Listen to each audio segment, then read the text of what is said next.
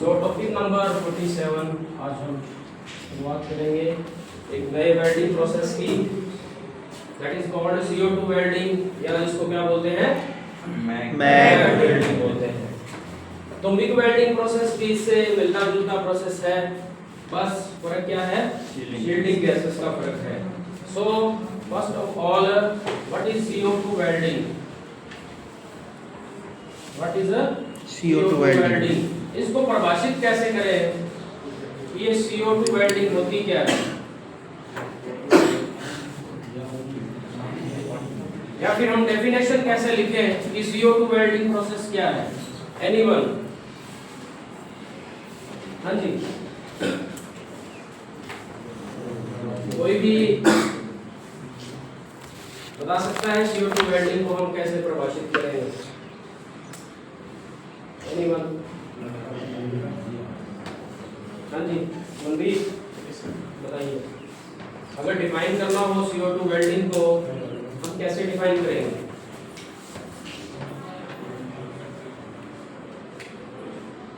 मतलब इसमें वर्क कैसे होता है, इसका सिद्धांत क्या है, हम उसके बारे में बात कर रहे हैं।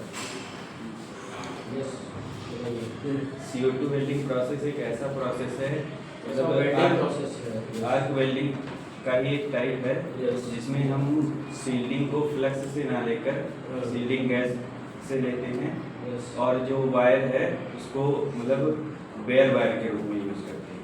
ओके, एंड वायर कैसा होता है, वायर होता है, कंज्यूमिंग होता है, कंज्यूमिंग होता है और कंटिन्यूस होता है। जैसे हम SFW में बात करें तो वायर क्या होता है, जो इलेक्ट्रोड हम यूज करते हैं वो क्या होता है, वो भी कंज्यूमेबल है, लेकिन उसको हमें बार बार चेंज करना पड़ता है, वो कंटिन्यूस नहीं होता है। ठीक है, एक बार वो कंज्यूम हो गया उसके बाद हमें अलग से इलेक्ट्रोड यूज करना पड़ता है, दैट इज नॉट कंटिन्यूस। तो इसका हमें बेनिफिट क्या मिलता है, ये आर्क वेल्डिंग का ही एक टाइप है, जिसमें आर्क उत्पन्न होती है किसके बीच में, इलेक्ट्रोड और बेस मेटल, और इलेक्ट्रोड हम कैसा यूज करते हैं, वायर की फॉर्म में, कैसा होता है, कंटिन्यूस होता है, कंटिन्यूस वायर की फॉर्म में हम यूज करते हैं। और इलेक्ट्रोड के साथ साथ हम क्या सप्लाई देते हैं, शील्डिंग गैस सप्लाई देते हैं। क्लियर है? तो ये इसका क्या है, एक मुख्य डेफिनेशन है। सो कैसे लिखेंगे, it is a type of, ये किसकी टाइप है पहले हम देखेंगे, it is a type of arc, किसकी टाइप है, आर्क वेल्डिंग। अब हमें पता है जहां आर्क उत्पन्न होती है इसका मतलब आर्क वेल्डिंग की टाइप है, it is a type of arc welding. Arc welding, ये आर्क वेल्डिंग की एक टाइप है, जिसमें या दैट यूजेस, ऐसे लिख लीजिए, it is a type of arc welding, ये आर्क वेल्डिंग की एक टाइप है, दैट यूजेस, ये क्या यूज करती है, continuous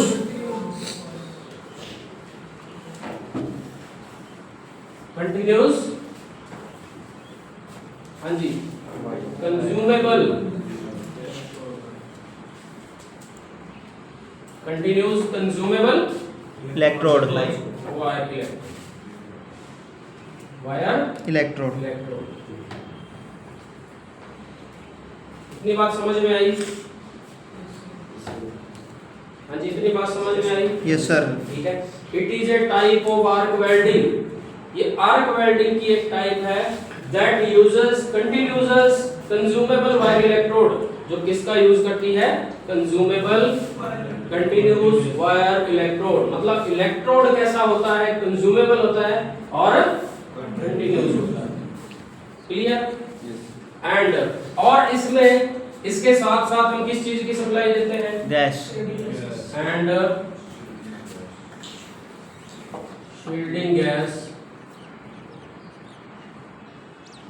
is provided, supplied, shielding gas is supplied और शील्डिंग गैस सप्लाई की जाती है फ्रॉम, कहाँ से? सिलेंडर, हाँ जी, सिलेंडर, किसके थ्रू? किसके थ्रू? टॉर्च, टॉर्च के through. And shielding gas is supplied from cylinder through torch to, कहाँ तक सप्लाई करते हैं? जहां हम वेल्डिंग करते हैं, जहां हम क्या करते हैं? वेल्डिंग करते हैं। तो ये एक ऐसा आर्क वेल्डिंग प्रोसेस जिसमें कंटिन्यूअस इलेक्ट्रोड होता है और कंज्यूमेबल इलेक्ट्रोड होता है और शील्डिंग गैस की सप्लाई टॉर्च के थ्रू हम लेते हैं सिलेंडर से। क्लियर है? इतनी बात समझ में आ गई। तो ये बाकी वेल्डिंग प्रोसेस से अलग कैसे है? बाकी वेल्डिंग प्रोसेस से ये अलग कैसे हुआ? क्योंकि इसमें शील्डिंग गैस का यूज करते हैं। इलेक्ट्रोड जो है वो किस कंटिन्यूअस है सर, कंटिन्यूअस इलेक्ट्रोड है। SMAW के साथ अगर कंपेयर करें तो इसमें वायर क्या है? इलेक्ट्रोड वायर की फॉर्म में है और क्या है? कंटिन्यूअस है। इसमें हम फ्लक्स यूज नहीं करते, इसमें हम यूज करते हैं शील्डिंग गैस का। ठीक है, इतनी बात समझ में आ गई। इसका मतलब अगर इलेक्ट्रोड कंटिन्यूअस है तो वेल्डिंग स्पीड क्या हो जाती है? ज्यादा, फास्टर हो जाती है। तो मतलब ये एक ऐसा वेल्डिंग प्रोसेस है जिसमें वेल्डिंग की स्पीड क्या होती है? फास्ट होती है। इसीलिए मोस्टली इंडस्ट्रीज में आप देखेंगे इस वेल्डिंग प्रोसेस का ज्यादा यूज किया जाता है। अब हम चलते हैं इसके कुछ इंपॉर्टेंट पॉइंट्स की तरफ कि इसकी शुरुआत कब की गई, कौन से मेटल की वेल्डिंग के लिए की गई, इस वेल्डिंग प्रोसेस का इस्तेमाल हम कौन सी मेटल के लिए कर सकते हैं, ये प्रोसेस ऑटोमेटिक है, मैनुअल है, कैसा है, इसमें हम पोलैरिटी कैसे यूज करते हैं, इसमें इलेक्ट्रोड का जो हम यूज करते हैं उनके कौन कौन से साइज अवेलेबल है, ठीक है, और इसमें हम शील्डिंग गैस जो यूज करेंगे कौन सी शील्डिंग गैस यूज करेंगे और किस मेटल की वेल्डिंग के लिए करेंगे। तो ये जो टॉपिक है आज का, that is most important topic. इसमें से आपको मोस्टली जानकारी मिलेगी आज, ठीक है। तो शुरुआत करते हैं इसकी। सबसे पहले पॉइंट नंबर 2 बना के लिख लीजिए। इसकी स्टार्टिंग की बात करें, इसकी शुरुआत कब हुई? शुरुआत ऑफ, स्टार्टिंग ऑफ। अब कहीं पे मिग लिखा होगा, ठीक है, हो सकता है मिग लिखा जाए क्योंकि बेसिक वर्किंग प्रिंसिपल क्या है, दोनों का सेम है, ठीक है। सो स्टार्ट ऑफ मिग की बात कर ले। मिग की शुरुआत की कब की गई, कौन से ईयर में की गई, ठीक है। ये शुरुआत की गई थी 1949 में की गई। और कहाँ की गई? यूएसए, इन यूएसए के अंदर 1949 के अंदर मिग वेल्डिंग की शुरुआत की गई। कौन से मेटल की वेल्डिंग के लिए की गई? हाँ जी, कौन से मेटल की वेल्डिंग के लिए की गई? एल्युमिनियम और एल्युमिनियम वेल्डिंग। अब हमें पता है कि एल्युमिनियम की वेल्डिंग की है, इसका मतलब साथ में कोई शील्डिंग गैस यूज की गई होगी। एंड तो शील्डिंग गैस कौन सी यूज की गई? हीलियम, शील्डिंग गैस एज कौन सी यूज की गई? हीलियम। कौन सी यूज की गई? हीलियम यूज की गई। तो शील्डिंग गैस हीलियम का इस्तेमाल करके इस वेल्डिंग प्रोसेस की शुरुआत यूएसए में की गई थी। उसके बाद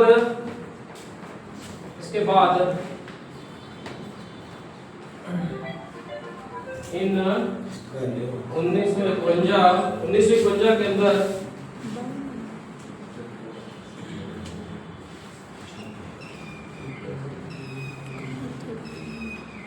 हाँ जी, सॉरी 1952 के अंदर इसी प्रोसेस को शुरू किया गया इन यूके। यूके क्या है? United kingdom. और यूएसए क्या है? United states of America. तो 1952 के अंदर इसी प्रोसेस को स्टार्ट कर दिया गया in UK for welding of इसकी एल्युमिनियम एंड शील्डिंग गैस कौन सी यूज की गई? शील्डिंग गैस कौन सी? As a argon. ठीक है, शील्डिंग गैस कौन सी यूज कर दी गई? आर्गन। एंड यही प्रोसेस शुरू किया गया। And for carbon steels, carbon steels कौन से? आयरन और कार्बन। और कार्बन स्टील की वेल्डिंग के लिए, and for carbon steels welding, shielding gas कौन सी यूज कर दी गई? हाँ जी, शील्डिंग गैस कौन सी यूज की गई? As a CO2। क्लियर? तो बेसिकली इस वेल्डिंग प्रोसेस में अगर हमने फेरस मटेरियल की वेल्डिंग करनी होगी, मतलब कार्बन स्टील की या फेरस मटेरियल की वेल्डिंग करनी होगी, तो हम CO2 as a shielding gas use करते हैं।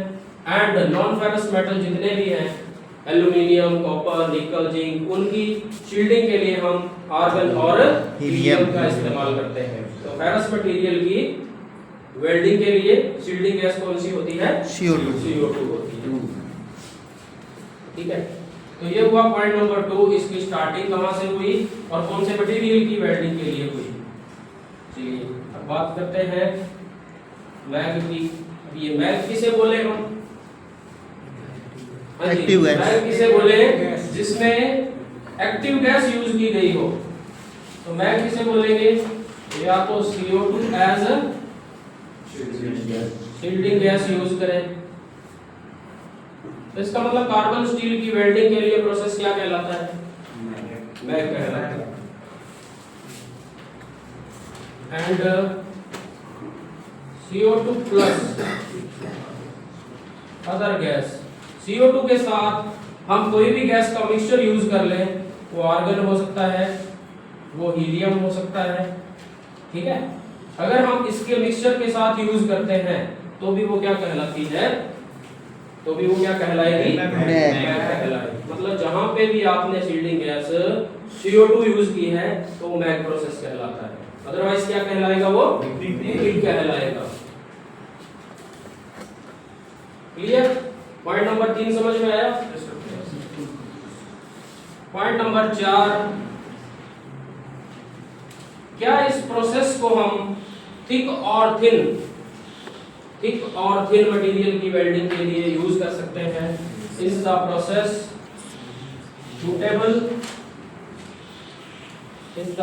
suitable for thick and thin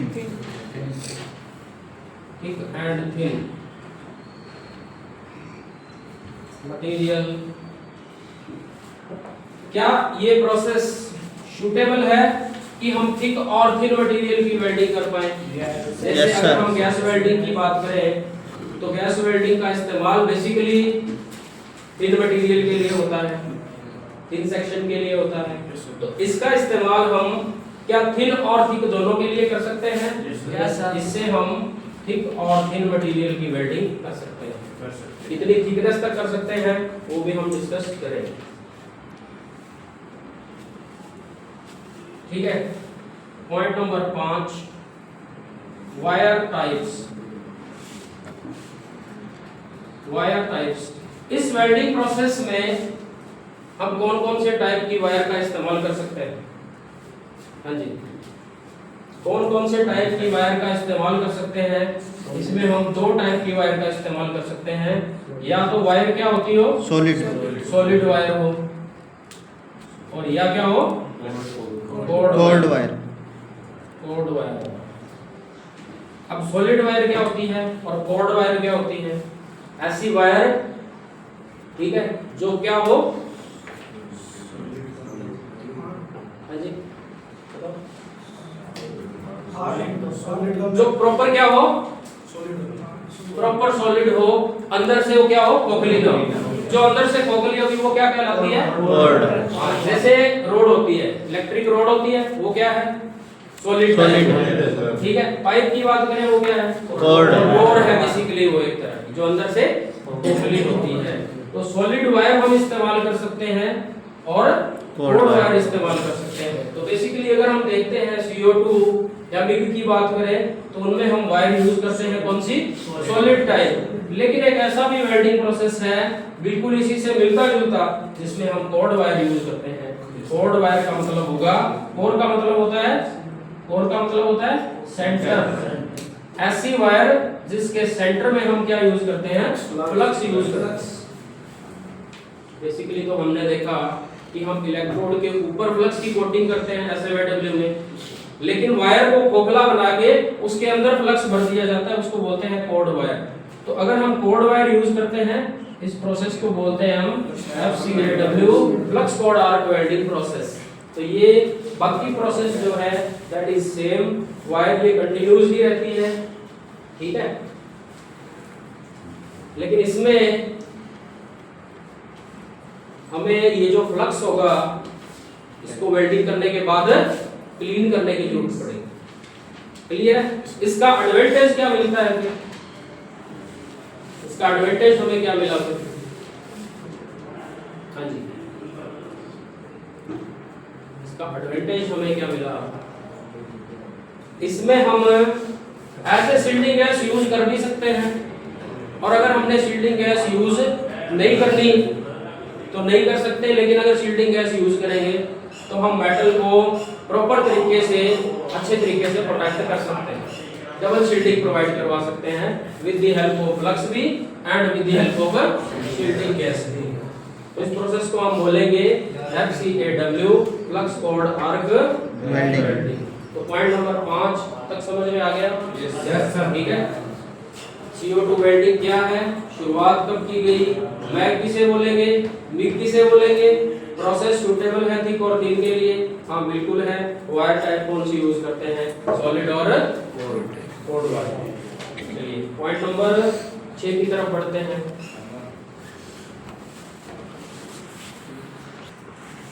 तो पॉइंट नंबर 6 की तरफ बढ़ते हैं।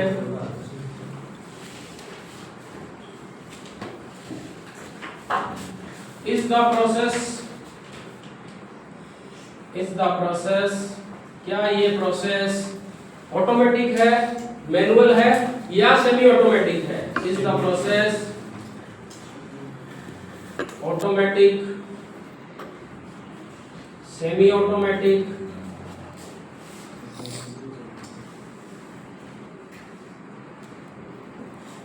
और manual? Is the process automatic, semi automatic और मैनुअल? ये प्रोसेस ऑटोमेटिक है, सेमी ऑटोमेटिक है या मैनुअल प्रोसेस? सेमी। हाँ जी, हमें पता है कि ये प्रोसेस ऑटोमेटिक तो नहीं है। क्यों नहीं है? क्योंकि टॉर्च को हम किसने कंट्रोल करना है, मैनुअली कंट्रोल करना है, ठीक है। सेमी ऑटोमेटिक है, हो सकता है, मैनुअल नहीं है, ठीक है। तो कुछ पैरामीटर जो हैं वो अगर मशीन कंट्रोल करती है और कुछ हम मैनुअल कंट्रोल करते हैं, तो उस प्रोसेस को हम बोलते हैं सेमी ऑटोमेटिक। जो सारे पैरामीटर हैं वो मशीन के द्वारा काम किए जाते हैं, उन्हें हम बोलते हैं ऑटोमेटिक। तो ऑटोमेटिक बेसिकली क्या होते हैं, रोबोटिक होते हैं। क्लियर? सेमी ऑटोमेटिक, तो ये जो प्रोसेस है that is a semi automatic process. ये सेमी ऑटोमेटिक कैसे है, इसमें कौन सी पैरामीटर हैं, कौन सी चीजें हैं जो मशीन कंट्रोल करती है और कौन से ऐसे पैरामीटर हैं जो मैनुअली कंट्रोल किए जाते हैं? हाँ जी, ये सेमी ऑटोमेटिक क्यों है? एज वायर फीड रेट, ये वायर फीड रेट कौन डिसाइड करता है? वायर फीड रेट कौन डिसाइड करता है? आपने करंट वोल्टेज सेट कर दिया, वोल्टेज सेट की करंट सेट किया, उसके हिसाब से क्या चेंज होता है, वायर फीड रेट होता है। इसका मतलब ये तो आप एक बार चेंज करेंगे, उसके बाद तो इसके ऊपर आपका कोई कंट्रोल नहीं है। तो इसको किसने कंट्रोल करना है, मशीन ने कंट्रोल करना है, ठीक है। Wire feed rate and arc length, arc length.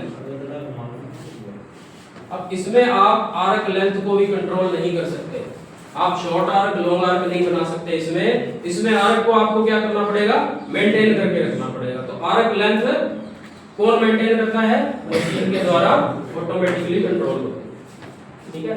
As wire feed rate and arc length are controlled by, किसके द्वारा कंट्रोल्ड किए जाते हैं, मशीन, या जैसे क्या बोले, क्या बोल देंगे, पावर सोर्स। अब मैनुअली हम इसमें क्या कंट्रोल करते हैं, टॉर्च पोजीशन,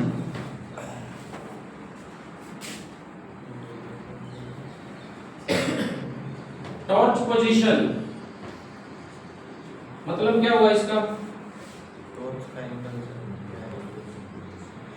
टॉर्च पोजीशन का मतलब क्या हुआ, टॉर्च का एंगल, टॉर्च का एंगल। अब ये टॉर्च का एंगल तो हम ही डिसाइड करेंगे कितने एंगल पे ऑपरेट करना है। Torch position and gate weld travel speed,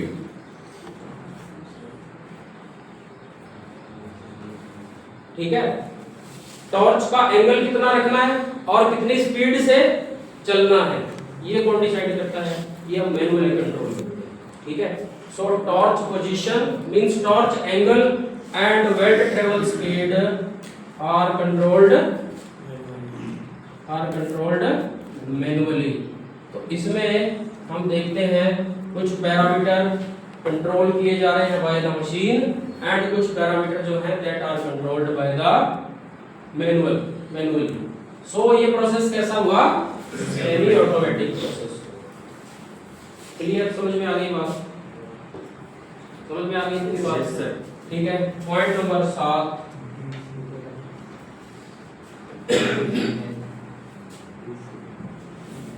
हम पोलैरिटी की बात करें।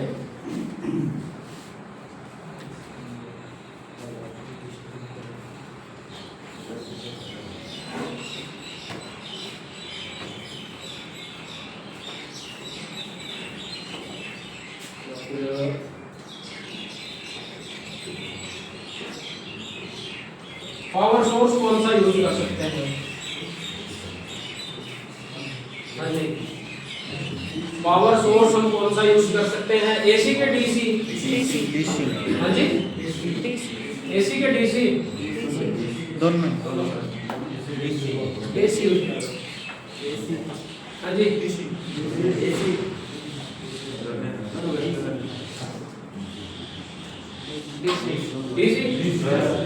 देखिए जो पावर सोर्स है उसके अंदर हो सकता है एसी और डीसी दोनों की अवेलेबिलिटी हो, लेकिन हम CO2 मिग वेल्डिंग प्रोसेस में हमेशा जो वेल्डिंग करते हैं वो करते हैं किस पे, डीसी पे। इसका मतलब जो पावर सोर्स है इसमें हमारे लिए जो बेनिफिशियल है, जो यूज करते हैं वो कौन से नेचर का होना चाहिए, डीसी का होना चाहिए। और डीसी के साथ अगेन फिर बात बन जाती है कि हम पोलैरिटी कौन सी यूज करें।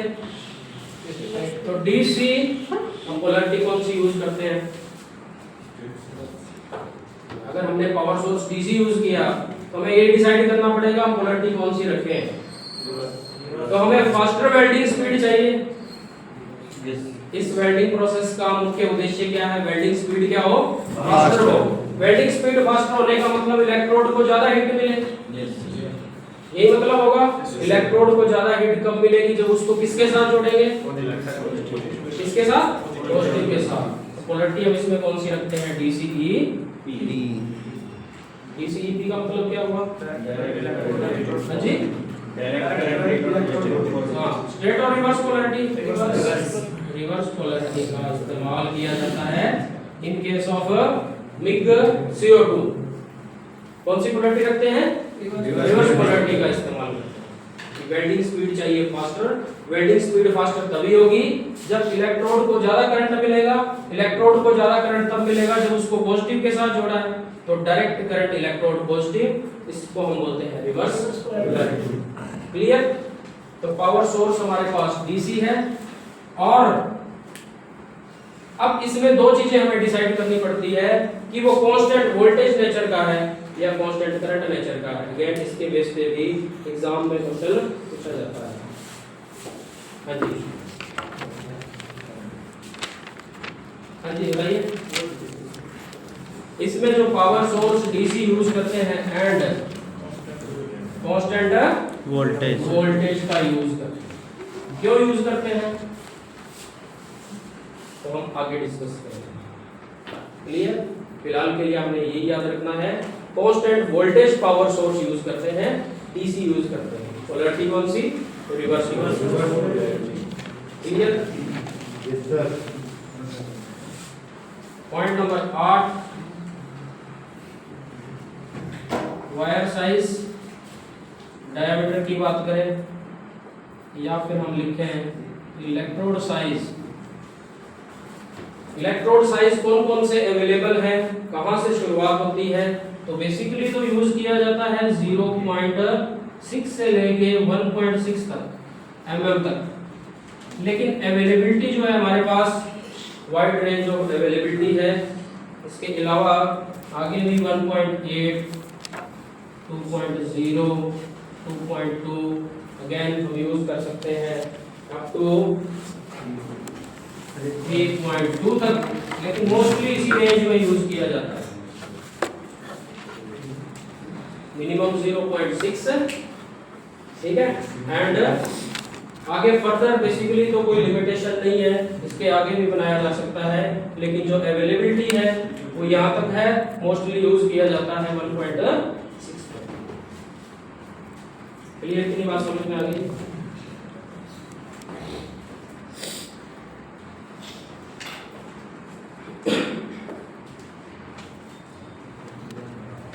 हाँ जी, यहाँ तक समझ में आ गया? पॉइंट नंबर 8 तक। तो देखते हैं पॉइंट नंबर 9 में क्या है।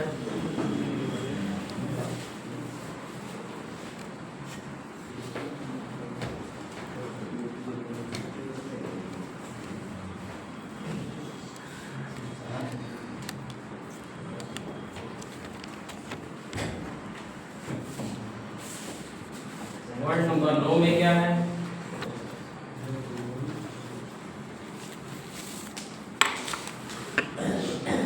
पॉइंट नंबर 9 में है, जैसे कि हमने कल भी डिस्कस किया, types of metal transfer.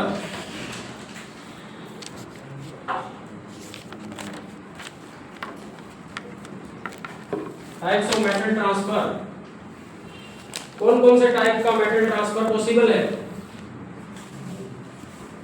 Metal का जो ट्रांसफर होना है कौन कौन सी फॉर्म में हो सकता है? मेटल ट्रांसफर कितने टाइप के हो सकते हैं? अगेन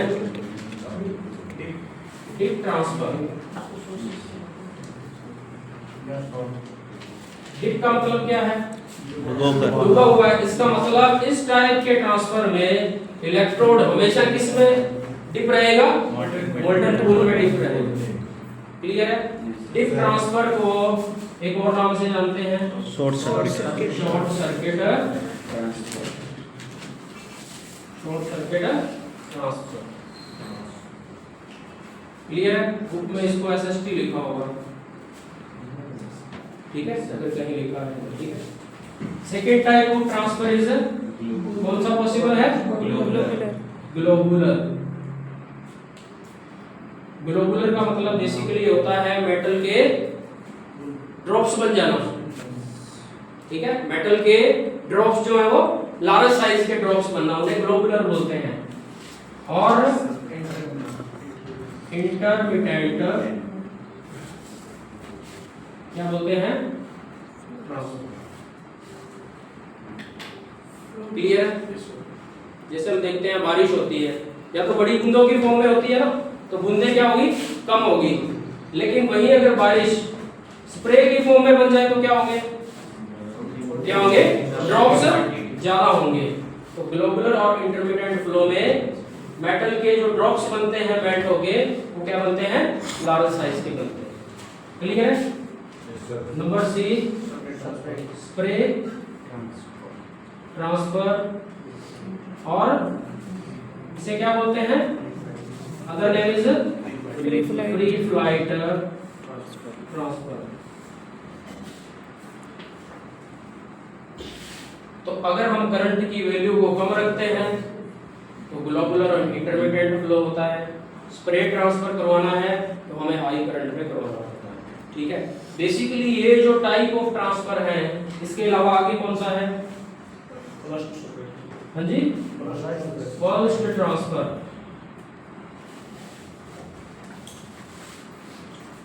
क्लियर है? तो बेसिकली अगर हम बात करें, ये वाले जो फ्लो है, टाइप ऑफ फ्लो, ये होते हैं इन केस ऑफ, अगर हम यूज करते हैं shielding gas as helium and argon use करते हैं। मतलब क्या हुआ? मतलब है नॉन फेरस मेटल वेल्डिंग। अगर हम नॉन फेरस मेटल की वेल्डिंग करते हैं और शील्डिंग गैस हीलियम और आर्गन यूज करते हैं, तो हम ये ट्रांसफर करवा सकते हैं। बेसिकली ये तो जो टाइप ऑफ ट्रांसफर होता है, ये क्या होता है? ये होता है अनवांटेड। क्लियर है? इसका हमें कोई बेनिफिट नहीं मिलता है, इसके हमें लॉस ज्यादा होते हैं। तो ये वाला जो ट्रांसफर है दैट इज अवॉइडेबल और अनवांटेड। तो हम मोस्टली यूज करते हैं एसएसटी का इस्तेमाल किस में करते हैं? In case of CO2। CO2 welding में कौन से टाइप का ट्रांसफर करवाते हैं? डिप और शॉर्ट सर्किट। ठीक है, मींस कौन से मेटल की वेल्डिंग के लिए? फेरस मेटल की वेल्डिंग। समझ में आ गई बात? समझ में आ गई बात? स्प्रे ट्रांसफर किस में होगा? स्प्रे ट्रांसफर किस में होगा? Ferrous metal. जहां हम शील्डिंग गैस यूज करें हीलियम और argon, means non ferrous material की वेल्डिंग के लिए। डिप और शॉर्ट सर्किट ट्रांसफर कहां होगा? CO2 welding. चलिए एग्जांपल से समझते हैं हम।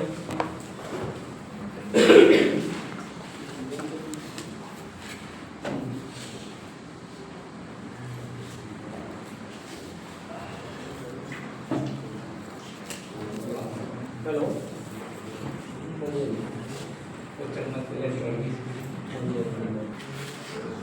एग्जांपल के लिए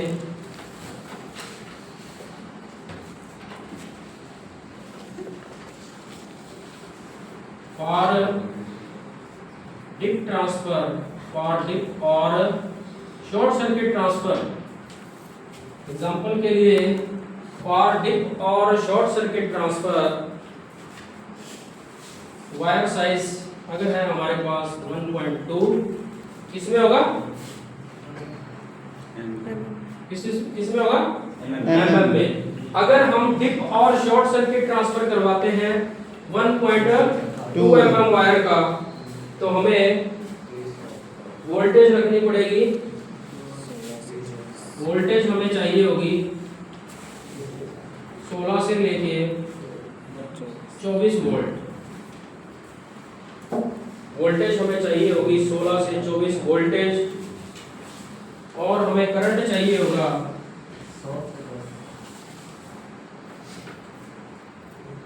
100 से लेके 200 एम्पीयर।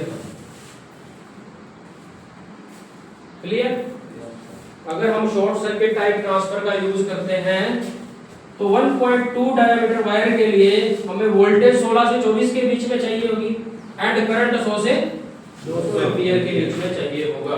और वहीं अगर हम same process for spray transfer के लिए यूज करें, देखिए वायर डायमीटर सेम है, तो वोल्टेज और करंट हमें क्या चाहिए होंगे उस केस में? हाँ जी, आपको बताया यहाँ पे वोल्टेज और करंट कम चाहिए होगी, यहाँ पे वोल्टेज और करंट हमें ज्यादा चाहिए होंगे, तभी स्प्रे टाइप ट्रांसफर में हम कन्वर्ट कर सकते हैं। तो सेम वायर साइज डायमीटर 1.2 का अगर हम डिप ट्रांसफर करवाते हैं और सेम साइज वायर का स्प्रे ट्रांसफर करवाते हैं, तो वोल्टेज और करंट कितना रखेंगे? तो वोल्टेज इसके लिए होगी 27 से 35 वोल्ट, और करंट की वैल्यू जो होगी दैट इज 250 से 400 एम्पीयर। तो टाइप ऑफ ट्रांसफर चेंज करने के लिए हमें वोल्टेज को और करंट को क्या करना पड़ेगा? लेकिन ये वाला ट्रांसफर हम यूज किस में कर सकते हैं? ये यूज कहां कर सकते हैं? ये यूज कर सकते हैं अगर हम नॉन फेरस मटेरियल की वेल्डिंग और shielding gas as a helium और आर्गन इस्तेमाल करते हैं। तो हम हीट ट्रांसफर में क्या यूज करेंगे? CO2 as a shielding gas. तो हम हीट ट्रांसफर करेंगे। क्लियर? इतनी बात समझ में आ गई? चलिए नेक्स्ट।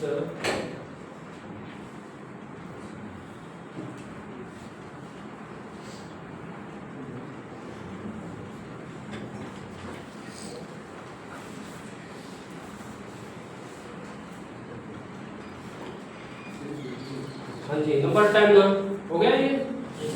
नंबर 10 ना बात करते हैं शील्डिंग गैसेस की।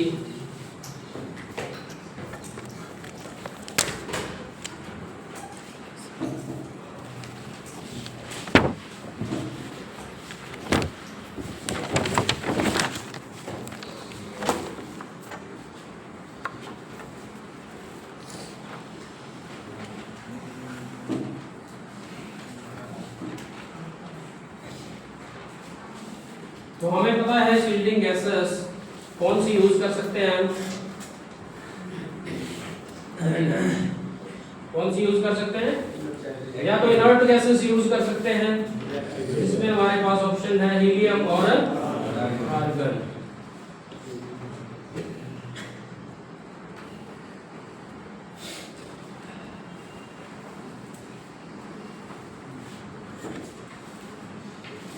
ठीक है, या एक्टिव गैस यूज कर सकते हैं। ठीक है, एक्टिव को और क्या बोल सकते हैं? एक्टिव और रिएक्टिव गैस कौन सी यूज कर सकते हैं? CO2 यूज कर सकते हैं। और गैस मिक्सचर वो कौन सा यूज कर सकते हैं? CO2 के साथ कौन सी यूज कर सकते हैं? That is inert gases.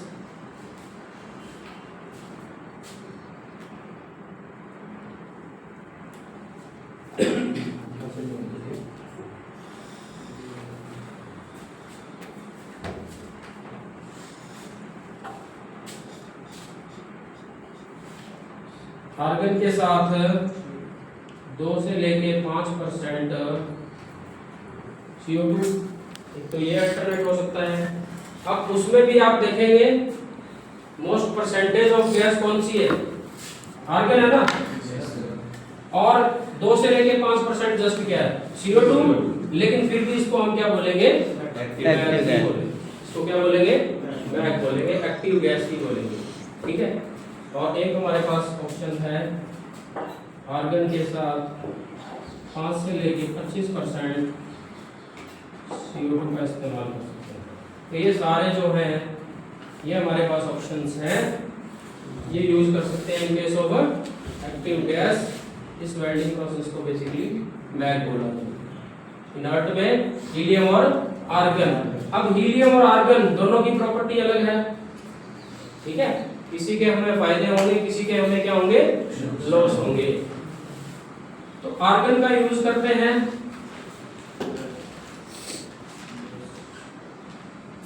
Argon का सबसे बड़ा एडवांटेज मिलता है, इसमें स्पैटर ना के बराबर होता है। ठीक है, आर्गन की बात करें, सबसे बड़ा इसका एडवांटेज क्या है? लेस स्पैटर है। लेस स्पैटर क्यों है? More stable argon. क्लियर? अब हीलियम जो है, हीलियम बेसिकली लाइट होती है बहुत। किससे? अवश्य आर्गन से। आर्गन से लगभग ये 10 गुना हल्की होती है। जो गैस हल्की होगी वो स्टेबल कम होगी, ये हमें पता है। स्टेबल उसको बनाने के लिए हमें उसकी सप्लाई बहुत ज्यादा देनी पड़ेगी। ठीक है, तो इन दोनों को अगर हम कंपेयर करें तो इसके हमें कुछ एडवांटेज मिलते हैं। एडवांटेज क्या मिलते हैं? मोर पेनिट्रेशन देखने को मिलता है इसमें। Clear? As compare to this, लेकिन होगा क्या? Less stable. ये स्टेबल कम है, क्यों? ड्यू टू लाइट समझ आ गई बात? हीलियम को स्टेबल रखना बहुत डिफिकल्ट है, क्योंकि यह हवा से भी क्या होती है, बहुत हल्की होती है। जो चीज हल्की होगी उसको आप यूज करेंगे तो क्या होगा, वो इन्वायरमेंट में ऊपर की ओर उठती है। ठीक है, तो लाइट वेट होने के कारण इसको हम ज्यादा सप्लाई देने की जरूरत होती है, सप्लाई भी ज्यादा चाहिए। एंड और ये गैस होती क्या है, अगेन मोर कॉस्टली है। ये आर्गन से पहले ही कॉस्टली है और ऊपर से इसकी सप्लाई भी हमें ज्यादा देनी पड़ती है। तो हीलियम को जब सीडिंग गैस यूज करते हैं तो हमें ज्यादा कॉस्ट पड़ता है। क्लियर है? ये और सर जब मैग बनाएंगे तो कभी हीलियम का यूज नहीं करते हैं? बना सकते हैं, देयर आर अल्टरनेट ऑप्शंस। वो एक प्रॉपर टेबल होगा लिखने की बुक में, आप देख सकते हैं। ठीक है, कौन से मटेरियल के लिए हमारे पास क्या क्या अल्टरनेट ऑप्शन है, किसके क्या परिणाम आते हैं। हीलियम के साथ भी ऐड किया जा सकता है, नो डाउट।